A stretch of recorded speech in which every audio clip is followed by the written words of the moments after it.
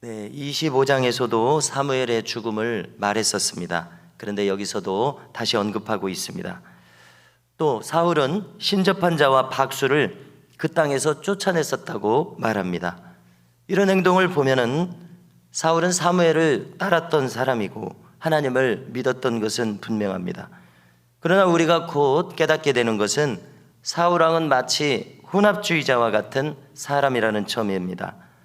남북 왕국의 열왕들은 어떻게 했냐면요, 그 토착신인 바알신을 이 신이 하나님이다 이렇게 하면서 노골적으로 혼합주의를 주장하다가 그것은 우상숭배였습니다. 하나님의 심판을 받았었습니다.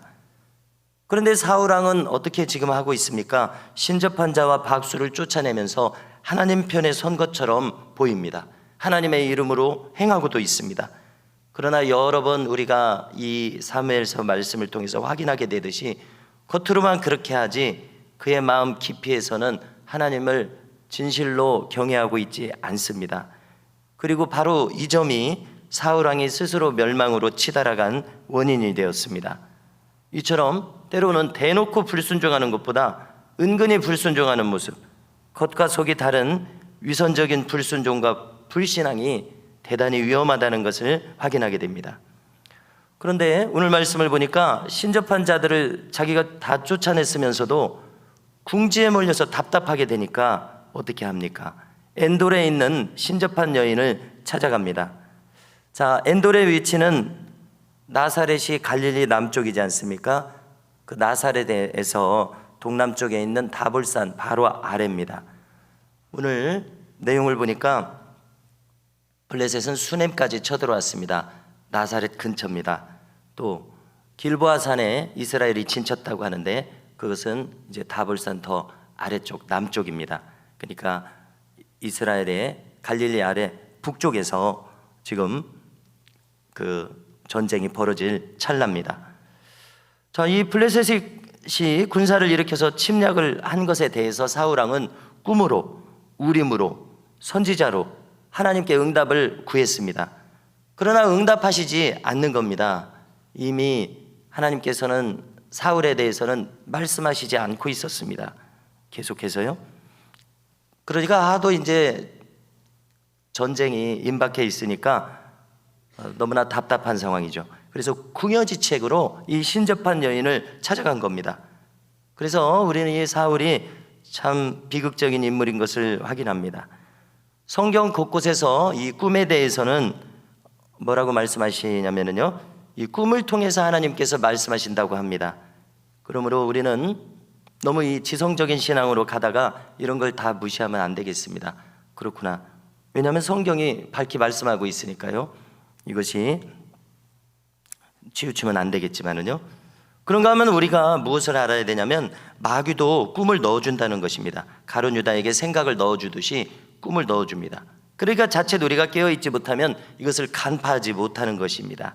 그래서 우리가 영적으로 예민함을 가질 필요가 있는 것이 그렇구나, 이것은 하나님으로부터 온 꿈이 아니구나 하는 것을 분별할 수 있는 분별력이 우리에게 필요하고 있습니다. 또 이도저도 아닌 사람의 무의식 속에서 그냥 꾸는 꿈도 있을 것입니다. 그래서 이렇게 우리가 꿈을 잘 분별해야 하는 이유는 하나님께서 꿈으로도 말씀하실 수 있다고 성경이 알려주기 때문에 그렇습니다. 그런데 이 사울에게는 꿈이 막힙니다. 하나님이 그에게 말씀하시는 수단이 막혀 있는 것입니다. 더 정확하게는 하나님은 더 이상 그하고는 상대를 안 하시는 거예요. 이것이 인간에게 무서운 것 아니겠습니까? 또 우림으로도 말씀을 안 한다고 그랬는데요, 우림과 둠밈은 대제사장의 의복, 에봇 속에 속주머니에 이 바둑알에 흰돌 검은돌과 같이 집어넣게 되어 있어가지고, 그러나 정확한 것은 밝혀져 있지 않습니다. 그래서 가령 우림은 흰돌로서 긍정과 허락을, 둠밈은 검은돌로서 부정과 불승인을 나타내는 그런 방식일 것이다 이렇게 추측하게 됩니다. 그런데 아무리 이 두 돌을 뽑아도 우림이 뽑히지 않았던 것 같습니다. 승인과 허락을 하시지 않은 것이죠. 자세한 것은 이제 상상과 추측에 불과하기 때문에 이 정도만 거론하려고 합니다. 자, 요점은 무엇인가 하면 하나님은 사울에게 말씀하시지 않는 상태가 되었습니다. 이것은 다시 말해서 사울이 하나님과 교통할 수 없는 수준입니다.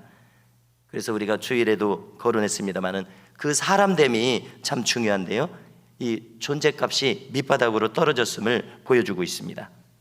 그렇구나. 그래서 우리는 이 나의 사람됨이 하나님과 교통할 수준이 되도록 끌어올려줘야 된다는 것을 깨닫게 됩니다.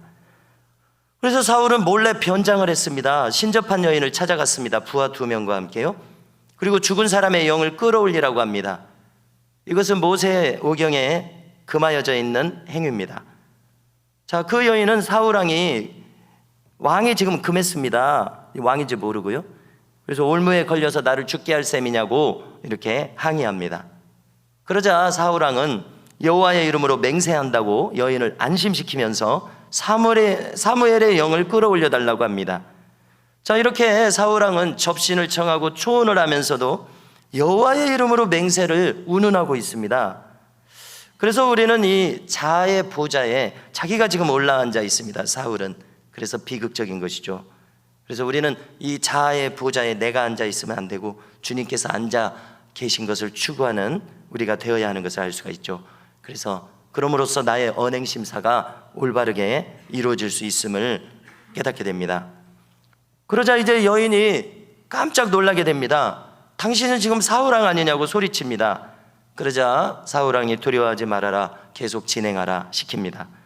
사무엘을 가장한 영이 말합니다. 사무엘이라고 기록되어 있지만 사무엘인지 우리는 알 수가 없죠. 우리가 천국에 가서 제대로 확인할 수 있을 것입니다. 여기서는 아무것도 판단할 수가 없습니다. 아무튼 사무엘을 가장한 영이 말합니다. 왜 나를 불러올려서 성가시게 하느냐? 그러자 사울이 하나님께서 도무지 자기에게 말씀하시지 않으신다. 꿈으로도 우림으로도 선지자로도 말씀하시지 않으신다. 그러니까 뭐라고 답합니까? 하나님께서 너를 떠나 너의 대적이 되셨기 때문에 그렇다. 너의 왕자를 너의 이웃 다윗에게 주셨다. 네가 여호와의 말씀을 불순종하고 아말렉을 진멸하지 않았기 때문이니라. 이렇게 답합니다. 우리가 지난 몇 장을 통해서 사울의 불순종은 꼭 아말렉을 진멸하지 않은 것 하나만 있는 것은 아니었습니다. 그는 계속해서 하나님을 경외하지 않는 상태였습니다. 쭉. 그래서 너무나 안타까운 마음을 느끼죠. 그 결과 무고한 다윗의 목숨을 노려서 끝까지 추적한 것, 이것도 큰 죄였습니다. 계속 하나님을 거역하는 상태이기 때문에요. 또 조금 생각해 보자면은 제사장의 고유한 권한을 자기가 왕에 불과한데 월권에서 제사를 드렸습니다. 대지사장의 가솔들 85명을 죽였습니다. 하나님을 두려워하지 않는 것이었죠. 자, 그러자 이제 이어서 19절을 보니까 이 사무엘의 영이라고 주장하는 이 영이 뭐라고 말하냐면 블레셋과의 전쟁에서 이스라엘을 이 적의 손에 넘기실 것이다 이야기하고요. 또 놀라운 예언을 합니다. 바로 내일 전투에서 너와 내 아들들이 나와 함께 있게 될 것이다. 무슨 얘기입니까? 죽어서 저 세상에 갈 것이다, 이런 얘기죠. 전사할 것이다, 이런 놀라운 예언을 합니다. 자, 이 예언을 듣자마자 사울은 지금 혼절합니다. 쓰러졌다고 했습니다. 왜냐하면 이 전쟁 때문에 걱정이 돼서 하루 종일 음식을 먹지 못해서 기진맥진한 데다가 내일 죽는다는 얘기를 들으니 충격을 받은 거죠. 그리고 이제 내일 본문이 되겠습니다마는 길보아 산에서 이 예언대로 전사를 합니다. 요나단과 함께요.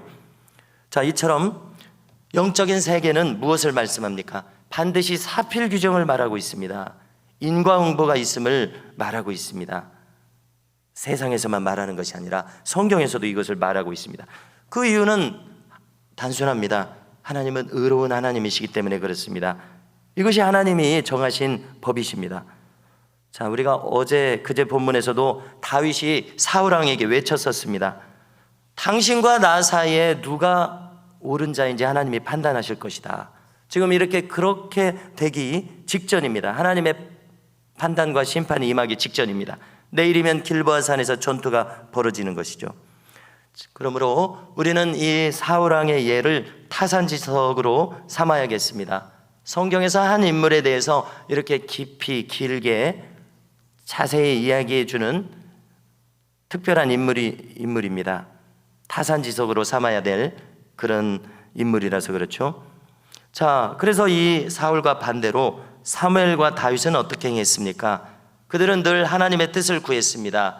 하나님의 뜻에 나를 맞추는 태도를 가졌습니다. 이것이 바로 하나님과 친밀한 자가 되는 비결입니다. 자, 우리가 누구와 친밀하다, 친하다라고 할 때 그것은 가까운 상태를 말하지 않습니까? 그래서 많은 시간을 그와 보내는 것도 중요하지만은 그와 가까이 소통하는 그것을 이제 친밀하다고 할 것입니다. 예를 들어서 우리가 어떤 친구와 믿을 수 있는 관계가 돼서 가까이 깊이 소통한다고 할 때 그것은 어떤 관계입니까? 그를 믿을 수 있기 때문에 무엇이든지 통할 수 있다는 것이죠. 그래서 우리가 사무엘과 다윗처럼 하나님과 친밀한 자들이 되는 것이 신앙생활이 추구할 바인데요. 그래서 오래 하나님께 기도하는 것도 중요하지만 하나님과 가까이 소통하는 것이 더 중요한 것을 알게 됩니다. 이와 같은 친밀함 가운데로 우리 모두가 들어갈 수 있기를 주님의 이름으로 축복합니다.